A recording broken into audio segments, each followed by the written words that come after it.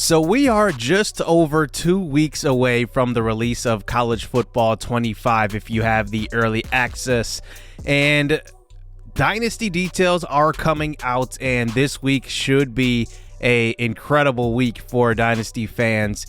And today we're going to go over the top 10 team builder ideas or teams for Dynasty. Now, if you are not familiar with Teambuilder, basically the Teambuilder is a website which allows you to upload logos, customize jerseys, rosters, all of that, and import it into the game so that you can see your creations come to life in a video game. So we will go over the top 10 ideas and teams and schools for Teambuilder. Now, I have some criteria here, and the top 3 criteria I have here: number 1, schools who don't have football programs; number 2, schools not in the FBS; and number 3, states with no FBS attention.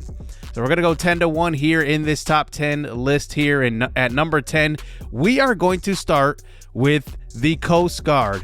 This is one of 2 Division III programs on this list, but a lot of people don't know that the U.S. Coast Guard has a current football team in Division III, the Coast Guard Academy Bears. They are located in New London, Connecticut.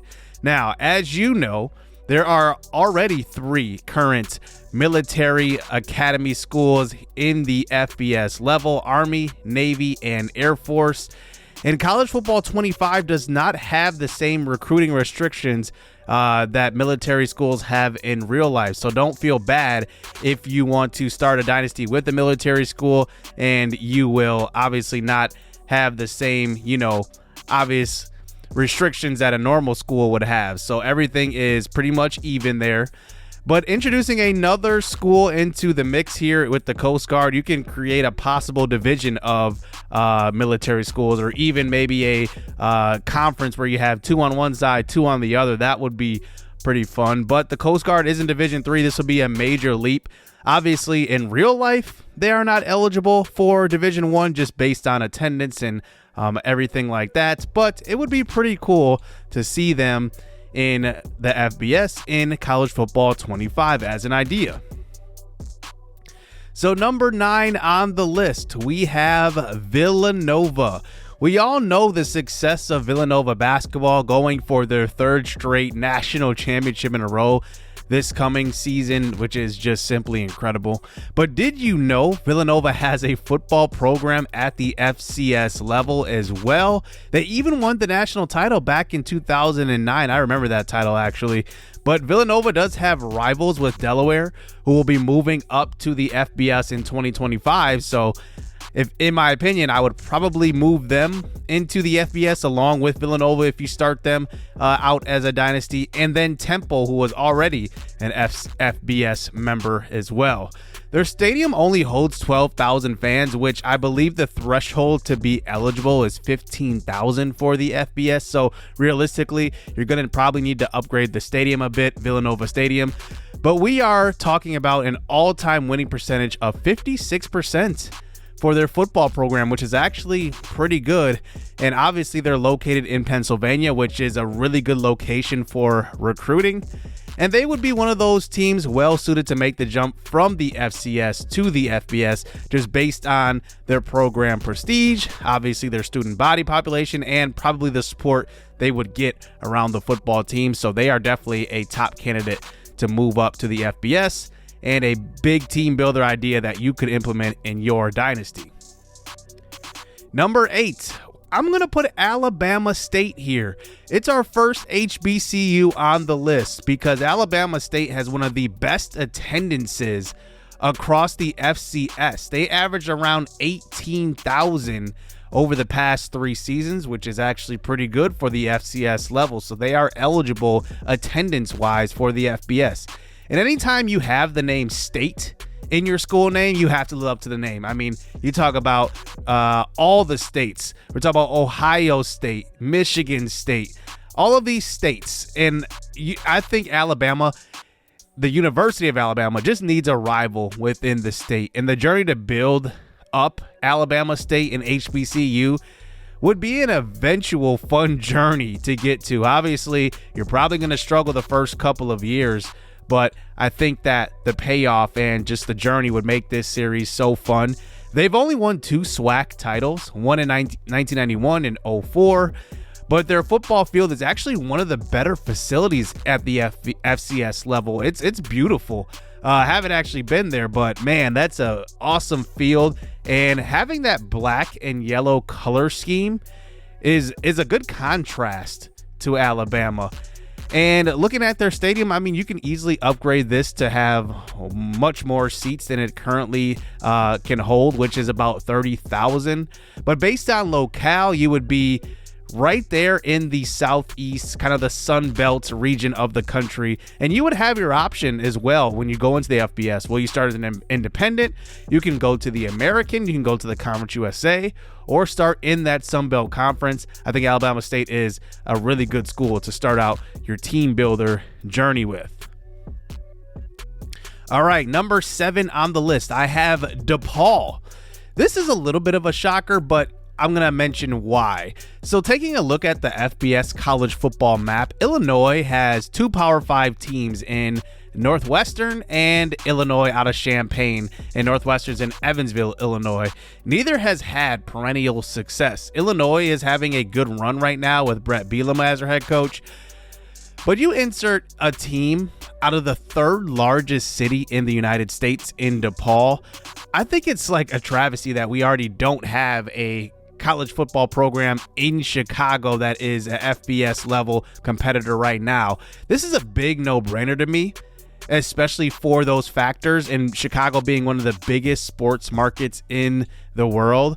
And college football isn't going anywhere, and it's going to be just a empty city there for college football. I feel like, it would just be one of those things where it's just missing. So I feel like DePaul is actually a realistic idea to bring into the FBS.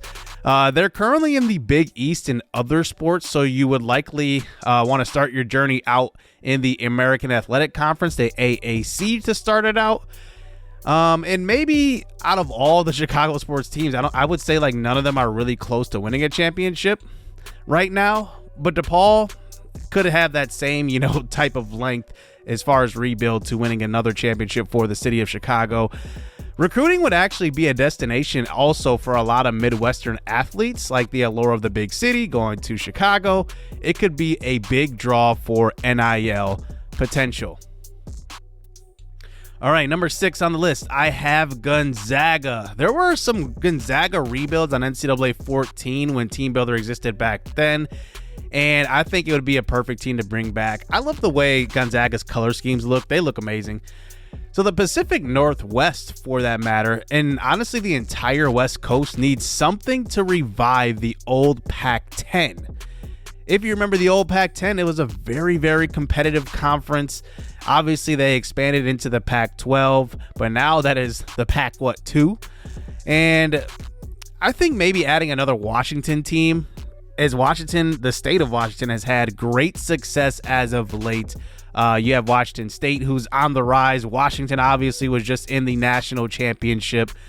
And recruiting on the West Coast could be a huge advantage for this rebuild. Obviously, you have the pipeline of California. Could be a little bit of a gift and a curse as a smaller school because you had to compete with all the Mountain West schools. And you could have a pretty competitive conference to start out in right away in the Mountain West before maybe moving on to the Big 12.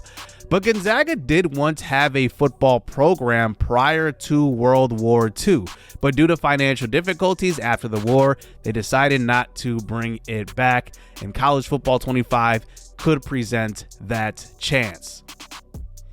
All right, we're into the top 5 here, and at number 5, we have our second D3 school on the list, and it is Mount Union. If you never heard of Mount Union, I don't know where you've been. They would have a major leap from Division 3 to Division 1, but remember, it's a video game. Mount Union is a dominant football program located in Ohio, and they have dominated D3 football since 2000 with 9 national championships. They even went on a stretch from 2005 to 2011 where they faced Whitewater, UW Whitewater, for the championship in 7 straight seasons. Can you imagine that? The same 2 teams in the national championship for 7 straight seasons? That's just domination.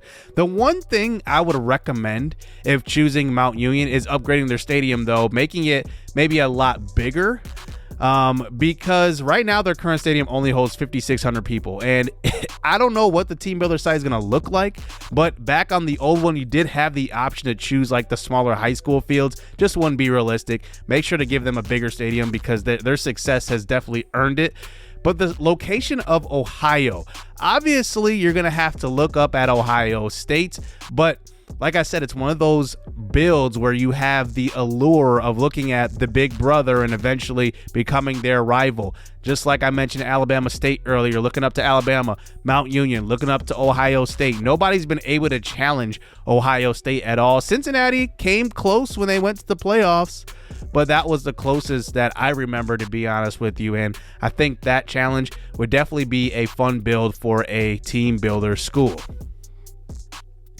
Okay, top 4. Number 4 on the list is going to be Marquette. Marquette out of Milwaukee, Wisconsin had a football team back in 1960, but due to lack of success and poor fan attendance, the program came to an end. But we are in a different era of football now. Even if you're a bad team, you're going to get that support. So bringing that back would definitely be awesome. I actually live in Wisconsin, so it would be amazing to have another college football program that is closer to the bigger city of Milwaukee, where I live. And Wisconsin is one of the more interesting sports states. The Badgers are the lone D1 football program, and the rest of the Division I schools in the state do not have a football program because we have UW Green Bay, UW Milwaukee. I mean, there are a few universities that are there that just don't have a football team, but I'm not really actually sure why. Marquette seems like an obvious choice as they have the financial backing, being a private university. Like, locale is not an issue, money is not an issue, and they will have the popularity of being Marquette, to be honest with you. But the most intriguing thing and the most fun thing about video games are the color schemes of the uniforms. And Marquette, one of the best uniforms, at least color schemes in the country out of any school that exists today. So you could have fun with those uniforms and could rival the best of them when it comes to looking great out on the field. But it's a rebuild, or I guess a build. So you might be very terrible right away, but it's a video game too. You can make the game great or make your team great right away and not have to go through that. But you're going to look good doing it, at least with Marquette's color schemes. All right, top 3. At number 3, our second HBCU on the list, it is Jackson State. Jackson State has now led FCS in attendance 3 years in a row, and that also includes a year of not actually having Deion Sanders as their head coach. Last season, they averaged 30,000, which is still only 75% full capacity, but still number 1 in attendance. Delaware, for example, had 15,000 average, and they're going to be moving to the FBS in 2025. So attendance is not an issue for Jackson State, but the Deion effect has definitely changed the outlook of HBCUs in college football. They've always been great. HBCUs are amazing, but I think they just started to get that national spotlight when Deion took over the job at Jackson State, and he dominated. I mean, College Game Day was finally featured at multiple HBCUs the past few years. The exposure has been great for the universities. People are just getting educated on what an HBCU is all about, and the pageantry, the rivalry, the bands, the halftime shows, the walkouts, everything. It's just amazing football, and I'm glad it's finally getting that spotlight. I just hope that the momentum continues and we eventually do see HBCUs in the FBS. I can't wait for that to happen, as you know, some of these HBCUs are getting that exposure and could start getting bigger recruits and all of that. And I'm glad ESPN kind of like packages games where they do expose them on a national level. That is pretty cool. But Jackson State specifically is in Mississippi, so you're going to be able to recruit in the Southeast, and then you could have a pretty fun path, you know, obviously to rival Ole Miss in Mississippi State, and eventually, you know, build up into a powerhouse. It's going to take some years, though, especially if you're going up against SEC schools eventually. Like, that's going to be tough. But I think a potential fun path for this team could be going through the Sun Belt and then eventually into the SEC. All right, number 2 on the list, we have Harvard or Yale. Pick or choose which one you want to do. In my opinion, if you choose Harvard or Yale, you have to bring in the other. Just for the rivalry's sake, it should be pretty awesome to have an immediate rival right there, and you can kind of do comparisons as you're building those two schools up. And you can go a lot of directions with this series because I've seen a lot of rebuilds in past NCAAs where obviously back then we had to add recruiting restrictions. You might not need to do that now with the new game. We'll see as those details come out. But you could have a academic prestige type of dynasty where you only recruit guys that are interested in your school academically, or only have like a certain GPA or whatever the case is, something like that. Location-wise, I think they are both in a unique area, as there are not many powerhouse schools along the North Atlantic coast. So there is a possibility to just own recruiting in kind of that Massachusetts, Connecticut, New Jersey area. They both have FCS programs right now, so having them jump to the FBS level wouldn't be too big of a stretch. All right, we finally got to number 1, and we're going to go with the team that is probably a head scratcher as to why they're not a Division I program already at the FBS level, and it's North Dakota State. They've been as dominant as any program to ever exist. They've had 3 head coaches since 2003, and each of them have won at least 2 national championships, 9 since 2011. And honestly, it's a mystery why they're not in the FBS. I mean, I'm sure there are certain reasons, such as maybe fan attendance, locale's got to be one. I mean, they are just away from every other football program. That could have to do with it. They produce a lot of NFL talent as well, including 2 top 3 picks in Carson Wentz and Trey Lance. I think this will be a pretty good test early on in the season to see what type of program they still are after they're going to have a new head coach this coming year as they face Colorado right away week 1. But the allure of possibly dominating one level of Division I football at the FCS and then moving to the FBS would be an amazing storyline. I think one thing which will be the most challenging thing is going to be recruiting. Are you going to convince guys to go all the way to North Dakota? I'm not sure. I don't know how much that's going to weigh heavy in recruiting in the new game, but I guess we'll find out. But convincing recruits to come there is going to be a tough sell either way. So player development with this school is going to be crucial. You're going to need to recruit those 2-3 stars, and you're going to have to develop them and possibly getting some transfer portal players as well. And that's going to kind of be your best friend. But depending on how you build this team up at the FBS level, I think development either way is going to be the way to go. So that is the top 10 team builder ideas in schools for the new college football 25 game. I am still on the fence of whether or not I'm going to do a team builder first or a real FBS program right now. I am leaning team builder though, I got to be honest with you. But if you like what you saw today in this video, make sure to hit that subscribe button, hit that like button. I'm going to be doing my Dynasty, and it's going to be deep. It's going to be fun here on my channel, and I can't wait for this week. We get some more Dynasty details. But let me know what you guys think. What are your ideas for team builder schools? I purposely left off this list kind of the movie football schools, the TV show football schools. No Bobby Boucher on this countdown here. But let me know down in the comment section what you guys are thinking for your team builder schools. Hit subscribe, hit that like button. Hope you guys enjoyed the video. Stay tuned. Let's get it. Let's go.